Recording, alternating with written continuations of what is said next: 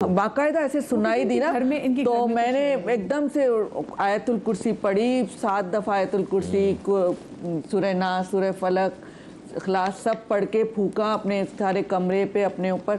और मैंने कहा कि देखो मुझे तो जाना है और मैं कोई ऐसी बात नहीं करूँगी कि तुम लोगों के खिलाफ हो, तुम लोग जहाँ हो वहाँ हो। नहीं, ये लोग अगर आप इनको छेड़ते हैं ना तो ये ज़रूर आप पे अटैक करेंगे, लेकिन अगर आप नहीं छेड़ते, क्योंकि जिनों में भी बहुत अच्छे भी हैं, मोमिन भी हैं, और कुछ हैं जो जैसे मजहब है ना जो हम लोगों के, वैसे ही जिनों में भी मज़ाहिब हैं, कोई मुसलमान है, कोई काफर है, तो जो नॉटी होंगे, शरारती, जस्ट लाइक यू, तो वो तंग करेंगे, लेकिन अगर कोई मोमिन होंगे तो वो तंग नहीं करेंगे। अपने बेटे की बात बता रही थी। जी, मैं अपने बेटे की बात बता रही थी। तो वो मैंने बड़ी मन्नतों से, मुझे था कि मेरा बड़ा बेटा हुआ तो वो मिस करता था कि उसको कोई भाई, तो 7 साल के बाद ये हुआ था। तो मैंने बहुत मन्नतें की थी। जब पैदा हुआ, बड़ा हुआ, तो कहता था अम्मी कोई मेरे साथ आके सोता है, मुझे तंग करता है, ये करता है, बच्चा है। लेकिन आहिस्ता आहिस्ता मुझे होने लगा कि नहीं सही बात है, क्योंकि सुबह जब उठती थी तकिए गिरे होते थे ये। फिर मैं इसके साथ सोना शुरू हुई। फिर मुझे भी फील हुआ कोई कमरे में आता है, कोई तंग करता है। एक दफ़ा कहने लगा अम्मी मेरा गला कोई दबा, अम्मी अम्मी अम्मी। तो मैंने देखा बाकायदा ना कोई मुझे ऐसा साया सा नज़र आया, तो मैंने फिर उस पर कुल पढ़े, आयतुल कुर्सी पढ़ी, फिर मैं इसके साथ ही सोती थी। फिर जब बाहर जाने वाला था तो अचानक ये हुआ कि एक रात में इसके साथ सो रही हूँ और मुझे ऐसा लगा कि मेरी टांगे किसी ने पकड़ ली और मेरे गले पे कोई, कितना बचाओगी तुम इसे, कितना बचाओगी। तो मैंने फिर वो आयतें पढ़ी, दुरूद शरीफ पढ़े, सब कुछ पढ़ के फिर मैंने इसको बाहर भेज दिया था यहाँ से। फिर उसके बाद अभी कभी कभी आपने पाकिस्तान से बाहर उसको भेज दिया, क्या आप इतना उसमें मैं बहुत डर गई थी, बहुत डर गई थी। फिर मुझे किसी ने बताया कि जो बच्चे मन्नत से आते हैं उनके पीछे ये ज़्यादा आते हैं। हाँ, ये ज़्यादा आते हैं। तो अब भी मतलब घर पे कभी कभी भारीपन होता है, लेकिन मेरी आदत है कि मैं सुबह को मंजिल सूरत ज़रूर मंजिल दुआ चला देती हूँ, सुननी चाहिए। जब तो मैं पढ़ती हूँ, रोज़ पढ़ती हूँ और चला भी देती हूँ कि कमरे बहुत हैं तो सब कमरों में आवाज़ जाए, लाउड स्पीकर पे चला देती हूँ। फिर उसके बाद ये कि मैं पढ़ती हूँ सुबह को 7 दफ़ा दुरूद शरीफ, 7 दफ़ा सूरह फातिहा, सूरह नास, आयतुल कुर्सी, ये सब सूरतें पढ़ के घर पे फूकती हूँ कि मुझे फील है कि घर में। उसके बाद बड़ा सुकून हो गया। एक आपके घर पे ना भारीपन फील भी होने लगता है, अगर कोई दूसरी मखलूक हो ना तो आपको भारीपन, लेकिन अगर आप रोज़ मंजिल सूरत चला देंगे, ये पढ़ेंगे ना, तो आपको बहुत फ़र्क फील होगा। हाँ। अच्छा, आपने जैसे इतनी जगहों पे शूट वगैरह किया, आपको कराची में सबसे ज़्यादा हॉन्टेड जगह कौन सी भी, जो आप बात भी कर रहे थे, उस कब्रिस्तान की भी आप बात कर रहे थे और आप शो करने थे, मुझे ज़रा बताएं इस वाक़े के बारे। रिसेंटली एक नाज़ाबाद 4 नंबर में बहुत मशहूर घर है और पिछले 80-85 सालों से बंद पड़ा हुआ है। सजाद भाई ने वहाँ पे जाके एपिसोड किया है। तो अब मुझे ना कमेंट सेक्शन में बहुत सारे लोग कह रहे हैं यार आप वहाँ जाएं, वहाँ जाएं, वहाँ जाएं। ठीक है, मैं चला गया 1:30-2 बजे रात को। तो अब घर के अंदर गया तो ऑनेस्टली मुझे ऐसा कुछ फील नहीं आ रही थी स्टार्ट में ना कि क्या है क्या नहीं है। कुछ वियर्ड चीज़ें थी, जैसे कि अंदर कोई बादाम का दरख्त नहीं है लेकिन बहुत सारे बादाम पड़े हुए। एक कमरे में क्या देख रहा हूँ कि क्योंकि मैं एक एनिमल लवर हूँ, मैं जानवर देखता हूँ, पसंद है। मैं देख रहा हूँ एक जगह कुत्ते के पंजे के निशान बने हुए कि वो अंदर जा रहा है, क्लियर मट्टी मट्टी कुत्ते के पंजे अंदर गए, लेकिन अंदर कहाँ गए, अंदर जाके गायब है, वो वापस नहीं आए। वो एक बस वो एक पैच बने टक टक टक टक टक और गायब बाथरूम की साइड पे। अच्छा, अब मैं नीचे गया, एक तहखाना बना हुआ है। मैं थोड़ा क्लॉस्ट्रोफोबिक हूँ, मुझे बंद जगह पर ना बड़ी घुटन होती है। तो मेरे साथ एक लड़का था, फाजलान में, यहाँ चले। मैंने बोला छोड़ दे यार, क्या फ़ायदा अंदर जाके, थोड़ा सा होता है ना इसके, नहीं चले चले चले। अच्छा, मैं जैसे ही उस तहखाने के अंदर गया हूँ, जब कोई ऐसी बंद जगह होती है वहाँ का टेम्परेचर अलग होता है। वहाँ जाती पहले मैंने देखा बहुत सारी स्मेल, बहुत सारी ना बिल्लियों की हड्डियाँ मैंने देखी, बिल्ली की हड्डी, कुत्ते की हड्डी, परिंदों की हड्डी। अब वहाँ जाने के लिए कूदना पड़ता था थोड़ा सा। बिल्ली आ सकती है, जा सकती है, परिंदा आ सकता है, जा सकता है, ऐसा नहीं हो सकता कि यहीं मरा हो। बहुत सारे जानवर मरे हुए। कॉन्स्टेंटली मेरे कान में एक आवाज आ रही है यहाँ से चले जाओ। अच्छा, उसको मैं वहम समझ रहा हूँ। नहीं वहम, आपको लग रहा है कि आपके जैसे कभी कभी हमजाद भी आपसे कह रहा होता है ना कि निकल जाओ, वहम। मुझे लग रहा है कि शायद मैं अपने आप से दिमाग, यहाँ से चले जाओ, यहाँ चला। अच्छा, बहुत ज्यादा होने लगा ना। अब लिटरली मुझे ये फील हो रहा है, एक आवाज आ रही है, सुनो यहाँ से चले जाओ। वहाँ पे जब बहुत ज़्यादा होने लगा ना, जब प्रोमिनेंट होने लगा, मैंने बोला यार ये फिर मैंने शेयर किया, मैंने बाबा बताओ मुझे ऐसा फील हो रहा है, मुझे ऐसी आवाज़ आ रही है। तो मेरी टीम मेंबर ने बोला अजलान भाई हमें भी बहुत देर से ऐसी आवाज़ आ रही है कि हम क्या करें अब।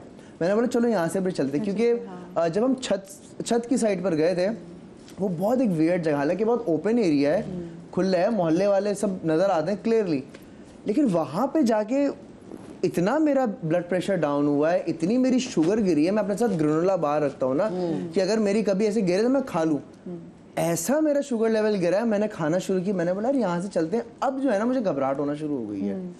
मैं तकरीबन कोई 1.5-2 घंटा रुकाऊंगा मैक्सिमम, और उसी में जो है ना मेरी हालत ख़राब हो गई थी। मैंने बोला बस, कुछ कैमरे में कुछ ऐसी कुछ वीडियो बनाई, कैमरे में कुछ रिकॉर्ड नहीं हुआ, कुछ आवाज़ कुछ भी नहीं आई, लेकिन हमारी फीलिंग इतनी बुरी हो गई थी ना। मैं घर आया, बेगम को बोला यार सर बहुत दर्द कर रहा है, सर बहुत दर्द कर रहा है, और वो लिटरली 4 से 5 दिन मेरा सर का दर्द नहीं गया।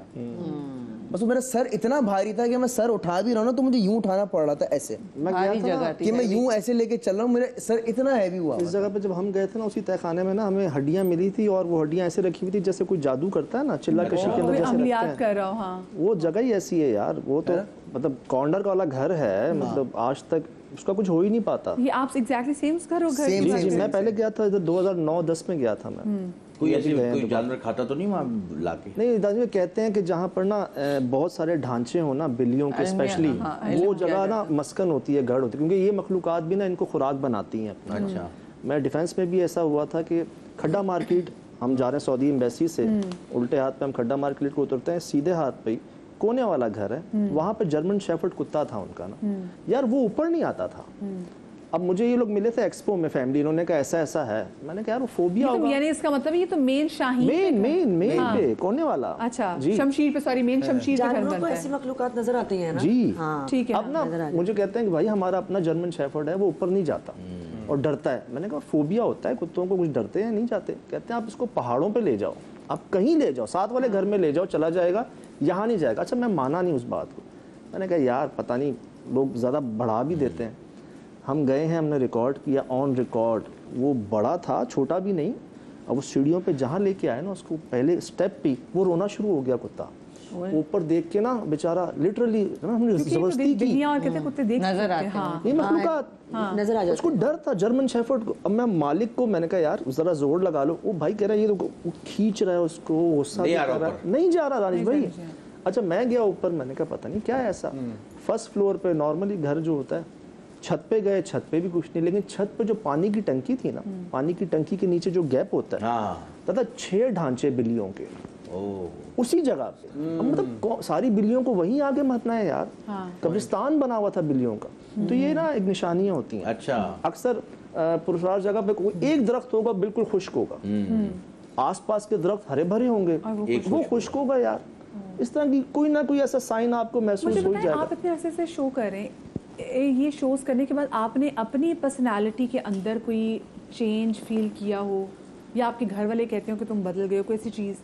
एक कुछ मेहरबानियाँ हैं हमारे मेहरबान की, जिन्होंने गवारा फरमा लिया हमें, और कहते हैं दुआएं हैं साथ। लेकिन डरा मैं 12 साल बाद भी डर गया यार। मैं बताया इनके पॉडकास्ट में, मैंने अजलान भाई के पिंडी बुलाया था जी, हमें है टाइम है 2-4 मिनट आपके पास? मैं ब्रेक जी, आप ब्रेक ले लें। पिंडी को आके, ठीक है।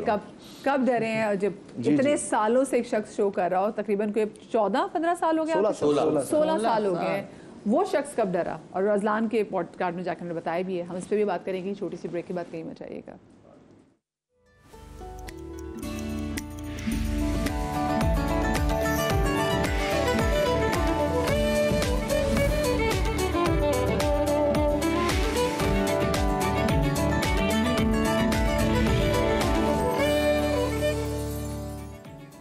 जी, ब्रेक के बाद आपको एक बार फिर से खुश आमदीद कहते हैं। और क्योंकि आज हम बात कर रहे हैं उन ऐसे वाक़यात के जो हमारे साथ रोनुमा हुए हैं, और वो वाक़या जो कि हम बहुत शौक़ से, क्यूरोसिटी है ना, मतलब एक चीज़ जो हम देख रहे हैं उसकी तो समझ में आती है, लेकिन जो चीज़ दिखाई नहीं दे रही होती ना, उसकी क्यूरोसिटी एक अलग लेवल पे होती है। और जैसे सजाद साहब को तकरीबन 16 साल से शोज़ कर रहे हैं, अजलान भी अब पॉडकास्ट कर रहा है, मिनहाज अस्करी आप लोग जानते हैं, वो इस पे इतने शोज़ कर चुके हैं जो पैरानॉर्मल एक्टिविटीज़ पे, हमने उनको भी शो में बुलाया हुआ है। और मतलब वो भी बताते हैं, और उनको हमें देख के हमें फील होता है कि हाँ, पर्सनालिटी में कोई ना कोई चेंज आ जाता है। तो अगर मैं पूछूं आपसे कि आपकी पर्सनालिटी में चेंज क्या और कहाँ पर आप आप भी सही मानों में डर गए और आप बात कर रहे थे पिंडी की। मैं हैरान हूँ, मतलब मैं 12 साल बाद भी अपने आप से कह रहा था कि सज्जाद डर गया यार, मतलब 12 साल से ये काम कर रहे हैं। वो मतलब चीज़ ऐसी थी कि मैं किसी इंसान से डर गया था। पिंडी जी बहरिया टाउन में हमारे दोस्त हैं, मैंने सुना है अजलान भाई के पॉडकास्ट में ये वाक़या कि वो उनका एक खानसामा के साथ लड़का जो काम करता था घर में, यार वो कच्चे गोश्त देख के उसको कुछ हो जाता था। अच्छा। कहते हैं कच्चा गोश्त जब आता ना उसके सामने तो कोई उसको रोक नहीं पाता था, वो खा जाता था कच्चा गोश्त खा जाता कच्चा था। गोश्त खा जाता था। और कोई 1-2 आधा किलो नहीं भाई, किलो 2 किलो। अच्छा। मैंने कहा यार, कहते हैं भाई हाँ मतलब है ऐसा। यकीन करें, मैं और मेरी टीम में 2 लड़के थे, हम 3 लोग जो है ना बाय रोड नॉन स्टॉप में चला गया पिंडी, कोई स्टे भी नहीं किया। मैं पहुंचा, ऑफिस में मिले, मैंने कहा हाँ जी। कहते हैं वो सुबह बुलाया हुआ उसको, आप मिल लेना आके। मैंने कहा ठीक है। तो बहरिया टाउन घर के पीछे ही ना वो मेड रूम होता है, उसके अंदर वो बैठा हुआ था। मैं गया हूँ, अब मैं देख रहा हूँ कि लड़का है 16-18 साल का, मुश्ताक। अब वो बैठा हुआ, उसको देखकर तो मुझे यकीन ही नहीं आया ना। मैंने कहा यार ये कच्चा गोश्त खाता होगा। मैं गया, मिला, सलाम दुआ, जी ठीक, सब खैरियत, सर करके बात कर रहे थे। मैंने कहा आप कच्चा गोश्त खाते हो? कहते सर मैं क्यों खाऊंगा कच्चा गोश्त। मैंने कहा यार ये सब बता रहे हैं गार्ड ड्राइवर ये वो कि आप कच्चा गोश्त खाते हो। कहता नहीं सर मैं क्यों, मैं तो नहीं खाता। अब मैं गार्ड ड्राइवर को देख रहा हूँ, टीम मुझे देख रही है, इतने दूर से ये ले आया मुझे और ये नहीं खाता। अब ना मैंने कहा दांत दिखाओ अपने, दांत भी नॉर्मल, उसमें कोई ऐसी बात नहीं। मैंने कहा सज्जाद साहब ज़ाया हो गया, आना जो है ना इतनी दूर ज़ाया हो गया। हाँ, हमने कहा यार ये मजाक हो गया हमारे साथ, ख्वार हो गया। इतने में जी अब ट्राई, अब वो गार्ड और ड्राइवर जो है ना और हाँ वो मुझे यूं कर रहे हैं, सर ना करो, ना छेड़ो सर, ये देखो ना करो, ये है। मैंने कहा यार आपके सामने तो पूछा है मैंने। कहता है आप आजमा लो। अच्छा जी, वहाँ ग्रीन मार्ट है बहरिया के अंदर ही, मैं गया, वहाँ गोश्त वोश भी मिलता है। तो पहले ख्याल आया आधा 1 किलो ना बोटियाँ ले लेते हैं। मैंने कहा नहीं ये तो शायद कोई भी खा जाए। हमने हंटर बीफ का पीस लिया। अच्छा। 1.5-2 किलो का ना। अपनी काफ ट्राई करवाते एक दफ़ा। ये पीस लिया और मैं ऑन रिकॉर्ड बता रहा हूँ, ये सब जो है ना कैमरे पे है सब। तो हम लेके गए।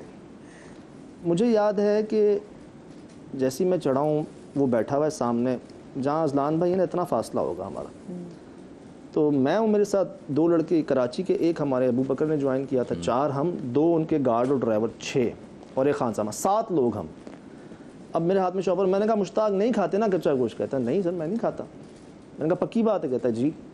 मैं अभी शॉपर को खोल ही रहा था, हटा ही रहा था, जहाँ उसकी छलक नज़र आई ना यार, उसने वहाँ से जंप मारा, जैसे एक जानवर नहीं छलांग मारा। अच्छा। उसने जंप मारा और सीधा उस शॉपर के ऊपर।